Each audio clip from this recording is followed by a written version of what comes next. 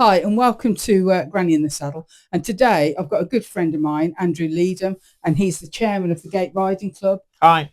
What I thought would be a good idea is if we just went through a schedule and then Andrew, with his expertise on showing, just went through what horses would be suitable for that class and whether this class would be a good choice for you and your horse or your pony. When I grew up showing, I could go to maybe 8, 9 local shows to me. They're sadly becoming less and less. The more like event centres are running show jumping, arena eventing, cross country, and things like that. The showing world, I think, And the whole grassroots thing's just dying. Yeah, I totally agree. And I think it's something that we need to. If you've got local riding clubs in your area, you've got local little shows, you really do need to support it. And more importantly, remember that each and every person that helps at that show is doing so voluntarily so that you can have a good day out. And they are good days out. I mean, your show in particular, it's almost like a family day out for people, isn't it? Yeah. And because on a club show day, we run the show jumping as well. Yeah. The kids can go and have a go with the show jumping or go and have a go at the showing class or do an in-hand class. It's, they've got a lot of choice to do, but at a level that they're confident with. Yeah, brilliant. And what I will say for anybody that is local to the Whittaker area, pop along to the gate, because I'm telling you, you will not find a more friendlier, supportive show than the gate. If you have a problem, even if you're having a problem in the show jumping, somebody will be there to give you a hand, because their whole purpose is for you to have a good day out. And that's very important. Yeah, and confident building. And then the next ring is the mini ring, which is catered for the little kids. So they're all in with similar age groups, similar ability. They're not in with the adults, so it's not as big a ring as what the Ridden ring is. So they're more confident in a small confined space. Again, we start with Ridden best turned out. They can be on the lead rein or off the lead rein. It doesn't really matter. Again, it's just a good introduction for the kids as well, because the judge comes up to speak to them and they're a little bit shy, and they'll just introduce them with a class that they haven't got to go trotting or cantering and sitting up lovely, and it's just a good confident class for them to learn that, oh, he's not this big scary person that's going to frighten me. So that's what we all start with in all of the rings. Then we have the family pony, and this is catered in this ring for riders up to 14. Again, on the lead rein, off the lead rein. We have quite a few of the younger kids which come where they've just come out of a riding school. And again, it's nothing to do with the type of the pony. So you can have a lovely plaited show pony in there, or you can have a really nice cob that can go and have a go at everything, but it's not going to necessarily be a world beater. Yeah. But it's in a class to suit them. Our next class is the very novice rider. Now, this is off the lead rein, but it's only walk and trot. Canter is optional in an individual show, but it is not judged on that. So if they want to have a go and they canter on the wrong leg, if they don't want to canter, they don't have to canter. But the judges, it's judged in that it's only on the walk and trot, and it's for true novices, that class. Then we have the same with the novice pony. Again, it can be a young pony. It's only walk and trot again.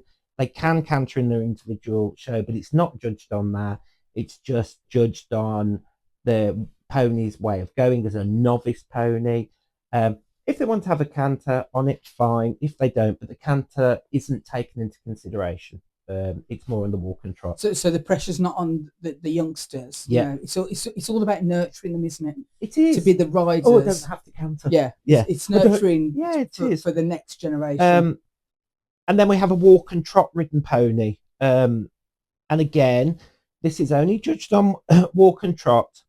And the riders can be assisted by mum and dad or their friend. They can go in, and if they want mom to not necessarily hold them on the lead rein, but go with them and hold them in the lineup or trot by the side of them. So again, they've got the confidence of their parent or their friend that they can go and do it, and it's judged in that way.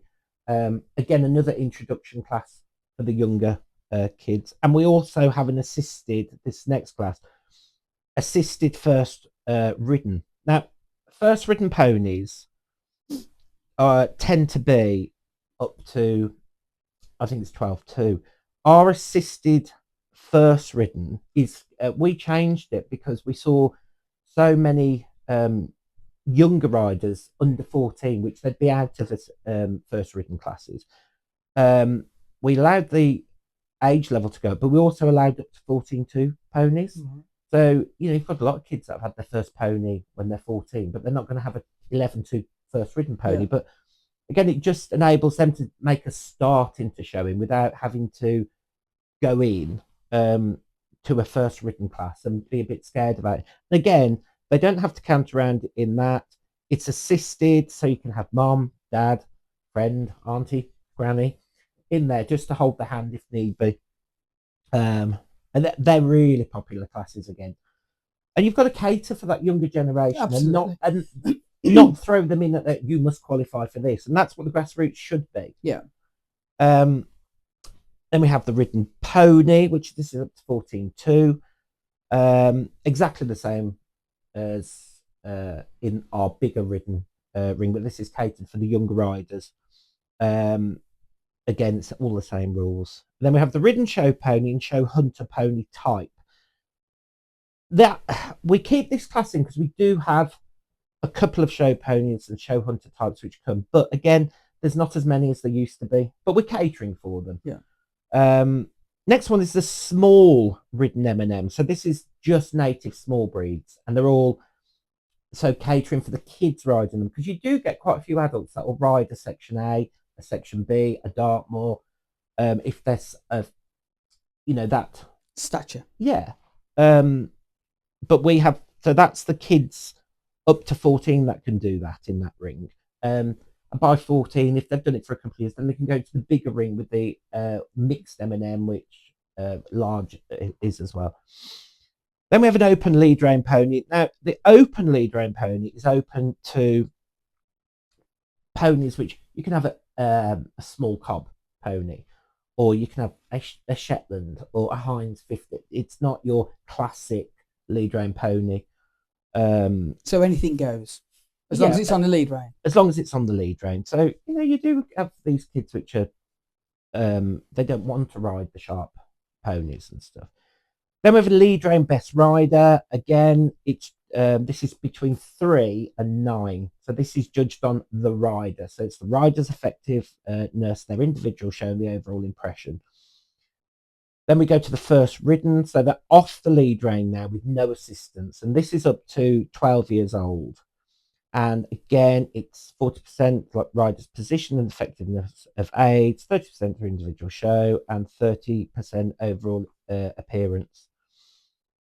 Then we go to ridden lead rein pony with the riders up to from 3 to 9. And again, this is judged on the rider now. So yeah, it's just exactly the same really with the first ridden ponies. It's correctness of type, and the first ridden pony should be the pony that looks after the child. And in these classes, then they do, in the first ridden, they do canter.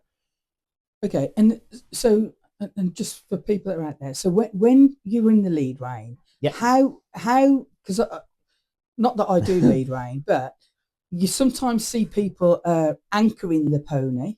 Yeah. Or sometimes they've got them on like a long loose lead. Yeah, and that's what you. Which is the correct. A true lead rein pony should trot along on a slack rein, and they've. So the leader's got the slack rein. And yes, right. And their lead rein must always be on the noseband, never on the bit. Right. Okay. And a true lead rein pony should literally trot along steadily, looking after its rider, without the leader having to maul it and say, no, don't do this. A true lead rein pony, anchoring it down. A true lead getting ready to catch the kid.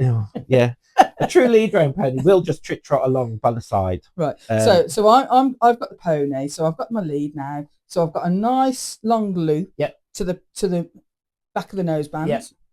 And the child should ask the pony to trot. Yeah. So my job is to just trot at the side, keeping up with the shoulder of the pony. Yep. So I'm at the shoulder of the pony, and then the pony just accepts and just trots in a nice forward rhythm.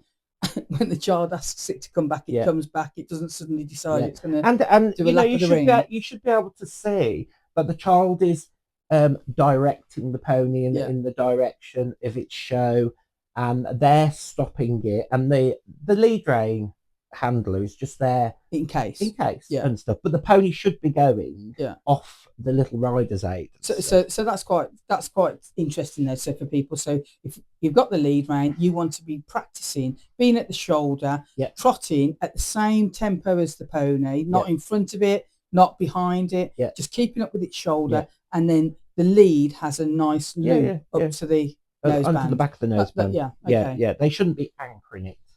And likewise, pulling trot on. Come on. Which we do get those. I think I may have been there once or twice. Our show, you see, it's lovely to see the relationships between the children and the adults. To be fair, that they don't know that person. But within the year, you can see them. The kids are playing together. They're going out together in the evenings, and then different families connect in different ways because they park next to each other. And that's one thing that I will say about the show. The camaraderie with everybody is lovely as well. It is like a little community of its own, isn't it? And everybody is genuinely pleased when others win. Like I've done classes where I've won and the person next to me, well done, and then there's classes where I haven't won, and I'm probably 4th, 5th, 6th down, but you still pass on that. Well done. Some of the people which they've got a lead rein pony, which is only used to going on the lead rein, and then you'll have one of the other riders that are a bit older, and they say, "Oh, would you mind having a little bit of a go in this class on the lead rein pony, off the lead rein, to get just it for going?" experience?" But those people may have never met. At the beginning of the season, but by the end of the season, they're helping each other out, and that's what's really lovely. And that's what it's all about, and that's why I just think that we need to try and support these local shows, because we are going to miss that, aren't we? Once that's gone, that's gone. Well, once it's gone, it's gone. It'll never come back, will it? Like we said at the start about there's so many shows going now because they can't afford to run anymore. They're not getting the support that they used to.